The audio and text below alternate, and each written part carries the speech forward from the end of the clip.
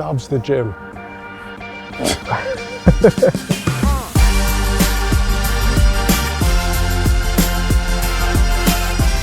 We're here with DHL to celebrate their 10 years as Harlequin's principal partner and give you the unbelievable chance to an exclusive behind the scenes experience with the men's squads. Lucky fans will be able to join a club legend for a day and watch a team train and gain an insight in what it takes to be a professional rugby player. You'll find out what goes into the Premiership rugby training session and preparation for a match, get to meet the team and even join them for lunch.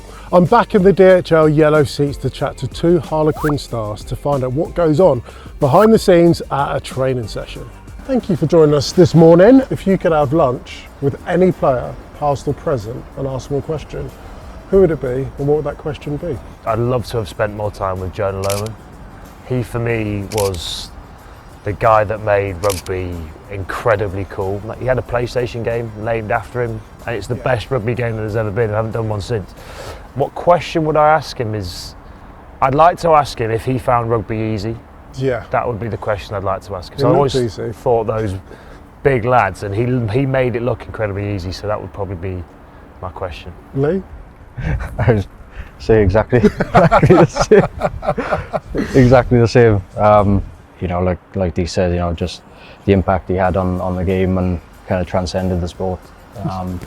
You know, and yeah, similar, like, had a PlayStation game that I played growing up. I did my ACL in 2015, just before that World Cup, and yeah, he actually tweeted me just to just say, look, like, yeah, really sorry about the injury, and would love to have just been able to meet him in person, be able to say thank you, because that, like, I couldn't believe it when it came through on my phone. The notification came up, and I was like, you know, yeah, and, very, very cool. I reckon I know the answer to this next question. Who's the last player on the pitch? It's him and Marcus. I think Marcus has loved having Pensive, someone else to learn off the amount of experience that Lee's got. You just see him and Marcus on the pitch for like a good hour after some sessions, just talking, kicking, speaking, analysing. With Marcus, you know, he's a phenomenal player, but he wants to learn and to help wherever I can, you know, in that kicking space.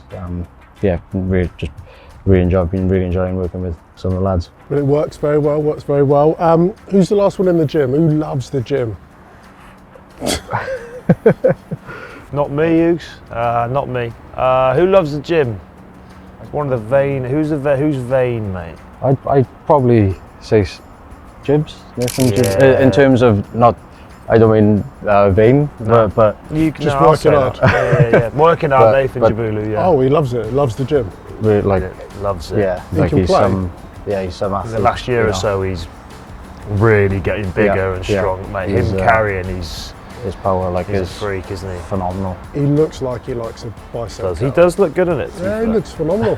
So many different methodologies. Are there any other slightly unusual techniques that we see in training or recovery that you guys can enlighten us with?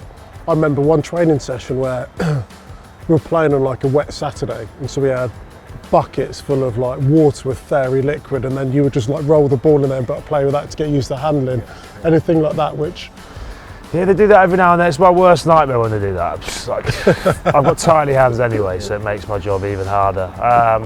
Quite a lot of the boys do visualisation, maybe the goal kickers as well. If you see, you know, Marcus or Jared before a game, I think the 10s, they go out there and they visualise their, you know, kicks to touch, kicks to goal, how you're going to play the game. I think the great thing about rugby is you've got 23 different characters that all prepare differently, which is probably the great thing about a rugby team. Everyone's so different. Away trips, who's the one player at Harlequins you wouldn't want to room with and why?